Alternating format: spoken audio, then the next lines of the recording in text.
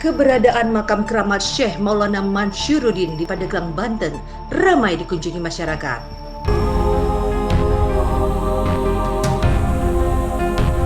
Benarkah di komplek pemakaman terdapat gentong pusaka yang airnya memiliki khasiat? Lalu, siapa sebenarnya Syekh Maulana Manshuruddin itu? Benarkah Syekh Maulana Manshuruddin, ulama terkenal di abad 15 Masehi itu adalah Sultan Banten ke-7 dan putra Sultan Ageng Tirtayasa Sultan Banten ke-6? Simak kisah selengkapnya di Magical Journey berikut ini.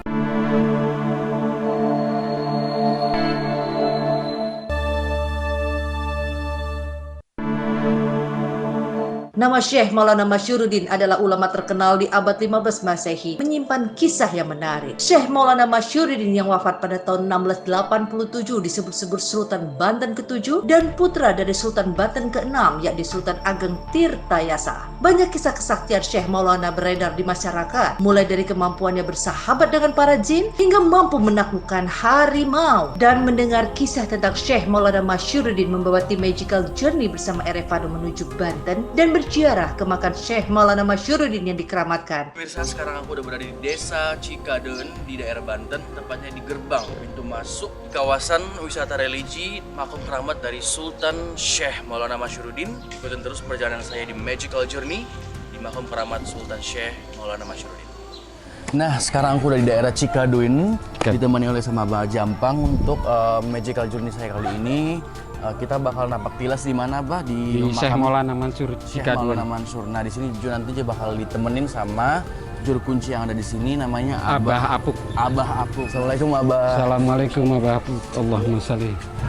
Nah, hari ini aku bakal napak tilas ke makamnya Sultan Syekh Maulana Mansur. Nah, Sultan Syekh Maulana Mansur ini adalah Sultan ke-7 atau Sultan terakhir dari Banten. Nah, Sultan Syekh Maulana Mansur ini adalah putra dari Sultan Agung Tirtayasa. Nah, penasaran kan? Kita masuk dalam. Penasaran kita udah mau masuk ke makamnya Syekh Maulana Mansur. Jadi ini gerbang masuknya ya, Mbak ya? Iya. Nah, sembari kita mau ke makamnya Sultan Syekh Maulana Mansur, Abah, aku mau nanya, di sebelah kanan ini ada beberapa makam. Ini gimana, Abah? Ini pemakaman umum atau ada makam tertentu di sini, Abah? Ini pemakaman umum, di antaranya di lokasi ini pemakaman Sultan Syekh Maulana Manshuruddin. Jadi untuk masyarakat umum luar daripada lokasi Syekh Maulana Manshuruddin. Oh, jadi kita untuk ke makamnya Sultan Syekh Maulana Mansur masih lurus lagi? Melaju lagi ke sana. Oke, kita lanjut.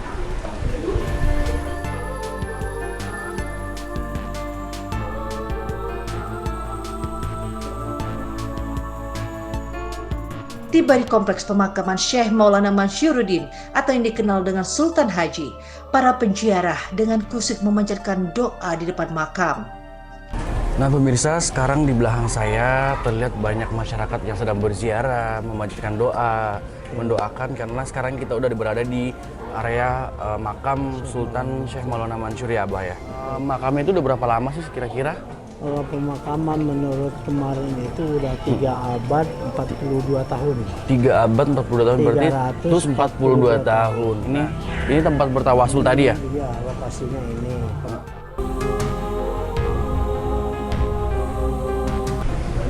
Assalamualaikum. Makamnya Sultan Syekh Itu yang besar. Oh, yang gede ini ya? Iya, istrinya. Yang mana? Ini lagi begitu. Oh, yang di sebelah sini? Ya, ini namanya Ratu Jamilah. Nah, ini adalah di sana tuh yang gede itu sebelah, yang itu adalah makam dari Sultan Syekh Maulana Mansur. Nah, sebelahnya ini adalah istrinya, Ratu Jamilah. Nyi Ratu Jamila.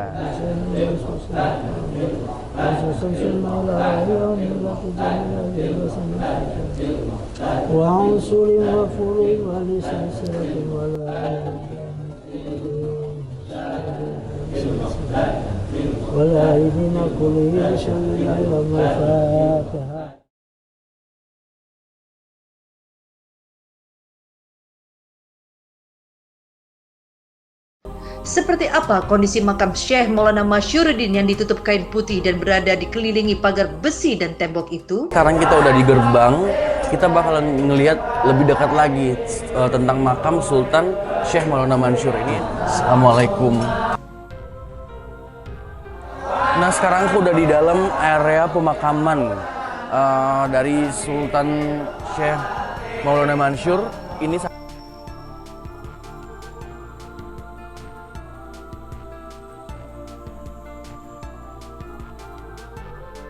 terus kita bisa lihat di sebelah sana itu masih banyak masyarakat yang dari luar kota maupun dalam di sini tuh berziarah ke sini, Abah ya, untuk memanjatkan doa. Nah, pemirsa, tadi kita udah ngelihat pemakaman Syekh Maulana Mansur. Nah, sekarang kita mau melihat peninggalan-peninggalannya itu apa aja.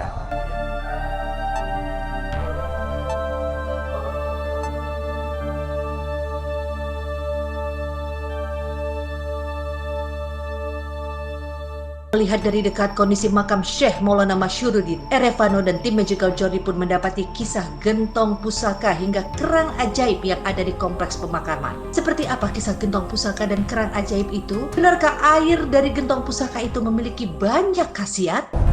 Oke pemirsa, tadi kita udah selesai berziarah, tadi bertawasul ya, tadi diwakilin dipimpin oleh Abah Apuk. Nah, selain berziarah, aku juga mau tahu kalau di sini ternyata ada peninggalan dari Sultan Syekh Maulana ya. Ada peninggalan beberapa benda gitu ya, Abah ya. Assalamualaikum. Nah, ini Abah ya. Gentong pusaka ini. Ini isinya air gitu. Air wasiat. Air wasiat ya. Jadi buat diminum bisa ini mah tergantung niatnya. Sekarang aku udah berada di dalam area gentongnya gentong pusaka peninggalan Sultan Syekh Maulana. Nah, ini isinya air barokah, air wasiat.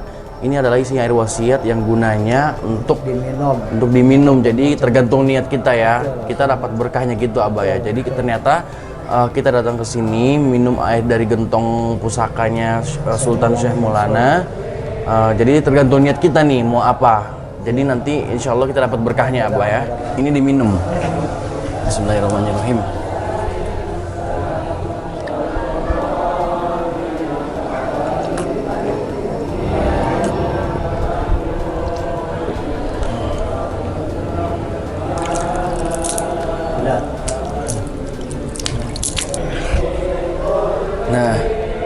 Nah ini aku lihat tuh airnya nggak pernah kering, terus satu airnya jernih, bisa langsung diminum tadi.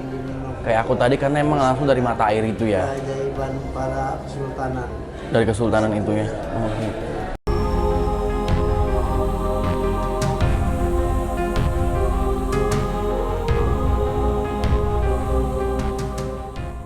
Aku lihat ada simbol kerang di sini.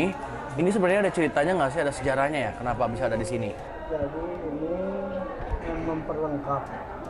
Artinya kalau berbicara Kima itu artinya apa, Abah? Kima itu ya bentuknya inilah Kerang besar gitu ya? Kerang yang paling besar.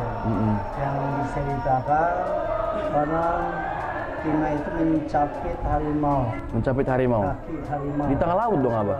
Iya. Oh, oke. Ya seketika beliau ditolong oleh Syekh Maulana Mansur. Nah, ternyata ya kemungkinan Kima yang asli wallahu alam ya. Iya. Mungkin lanjut karena ini simbol memperlengkap artinya bagi orang yang tidak tahu namanya Kima. Gitu. Kima ya. Ternyata Kima ini bentuknya seperti ini, kerang besar. Kerang besar zaman dulu ya. Jadi kita itu jarang yang tahu yang namanya Kima. Yang bagaimana sih kok Kima kan? Iya. Nah inilah ditimbulkan bentuknya Kima ini seperti ini. Oke pemirsa, tadi udah dengar penjelasan dari dari Abah Apuk. Ternyata ini adalah simbol dari Kima. Jadi waktu itu ada harimau yang kecepit sama Kima ini di tengah-tengah laut dan ditolong oleh Sultan Syekh Maulana Mansur. Terus aku dengar ternyata ada perjanjian. Perjanjiannya itu adalah apa, Abah? Saya mau menolong asal kamu tidak mengganggu keturunan saya ya. Anak cucu saya. Jadi itu perjanjiannya. Jadi harimau ini ditolong oleh Sultan Syekh Maulana Mansyuruddin dengan syarat dia tidak boleh mengganggu anak cucunya Sultan Syekh Maulana Mansyuruddin. Dan setelah itu ditolonglah harimau ini ya. Kemudian harimau ini menjadi pengikut Sultan Syekh Maulana Masyuruddin. Nah, seperti pemirsa, tadi kita udah lihat di dalam ada apa? Gentong pusaka, ada kima. Kima itu adalah kerang besar zaman dulu. Nah, sekarang kita mau lanjut ke Batu Quran. Syekh Maulana Manshuruddin yang lahir pada tahun 1658 dikenal memiliki banyak kesaktian. Lalu, kisah apa yang mengalir dari Batu Quran dan Syekh Maulana Manshuruddin? Benarkah air di Batu Quran merupakan air terusan dari air Zam-Zam? Nantikan kisahnya di Magical Journey episode selanjutnya. Tentunya hanya di SK Entertainment.